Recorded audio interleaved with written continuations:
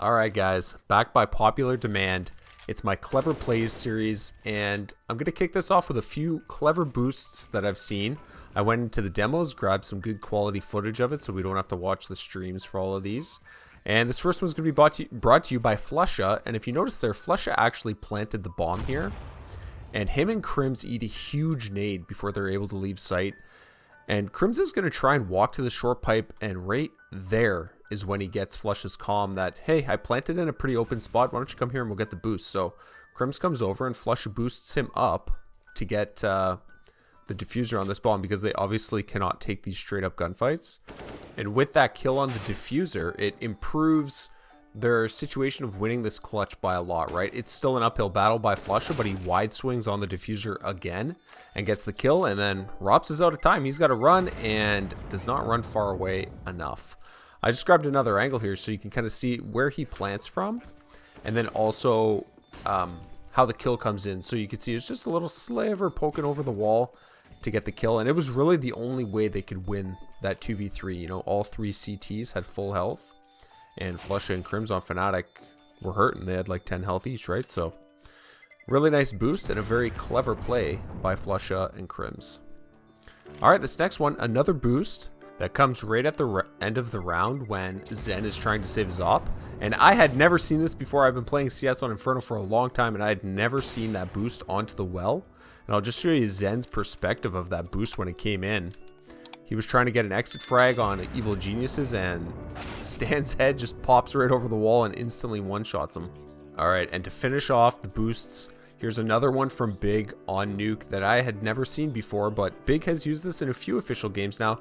You can just see the terrace head pop up a little bit, and Cyrison gets the free op kill onto A site, opening up the site for them so they can start their execute onto the bomb site. And okay, moving on from the boosts here, here's a play from Simple that it's really a combination of skill and game sense. Like, you can see positionally on the radar, he is absolutely screwed here, but throwing that smoke on the ground just gives him space to work with.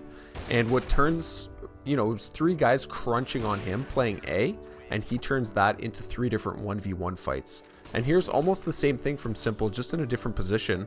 He's not getting crunched from both sides here, but he's able to turn multiple terrorists into all these different 1v1 fights. And yeah, you gotta be good to hit these shots, but playing around the smoke and using it to create space is really what made this play possible, in my opinion. This next one from Shiro, I grabbed out of one of my demo reviews, and I thought it was really funny. The CT pushes mid a little bit and gets a kill on his teammate. And it doesn't look like much, but look at his crosshair. It's like he knew that the CT was going to jump across the other side. See, he's already got his crosshair way up at headshot height if a CT was jumping. And I just thought that was really interesting. It's like he knew that guy was going to jump across the gap. Alright, from Xantares here. And Xantares is going to play a very anti-flash angle. And you see this a lot in pro play, but it's really not talked about. He just has a little sliver.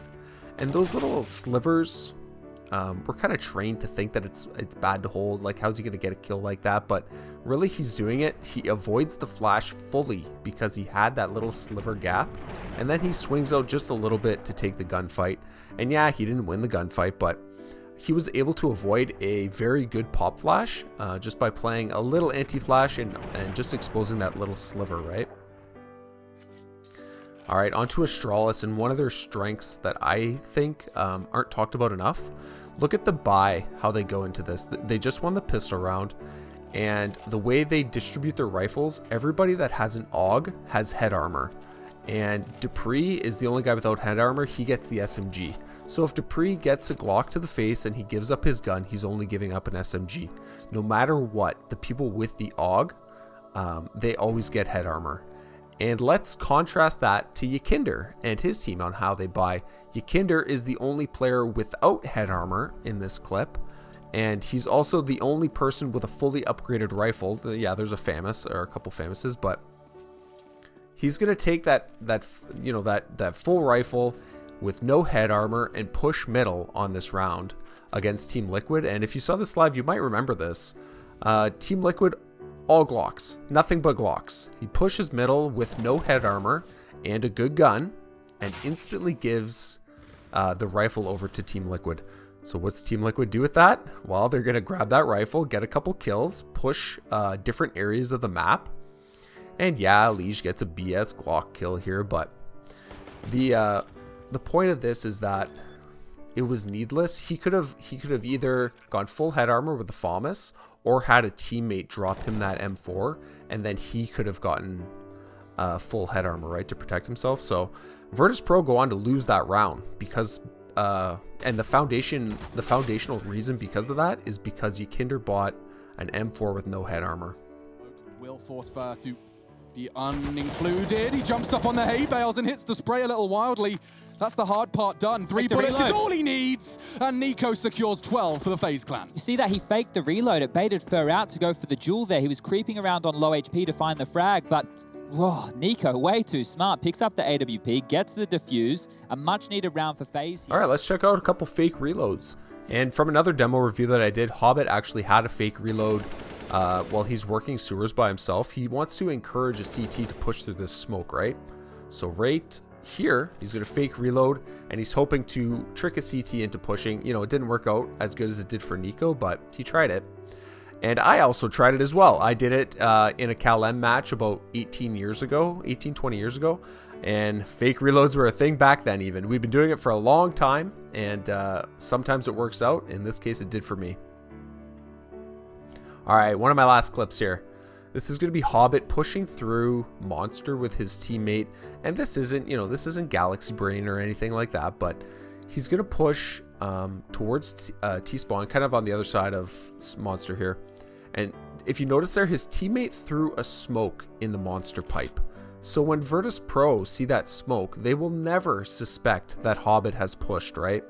The smoke really improves Hobbit's position and sells, Gambit is selling the fact that, hey, there's nobody pushed here. We threw a smoke there. We would never push through our own smoke, but they had pushed it through the smoke just to put Hobbit in a perfect position where he was basically guaranteed a kill after that point.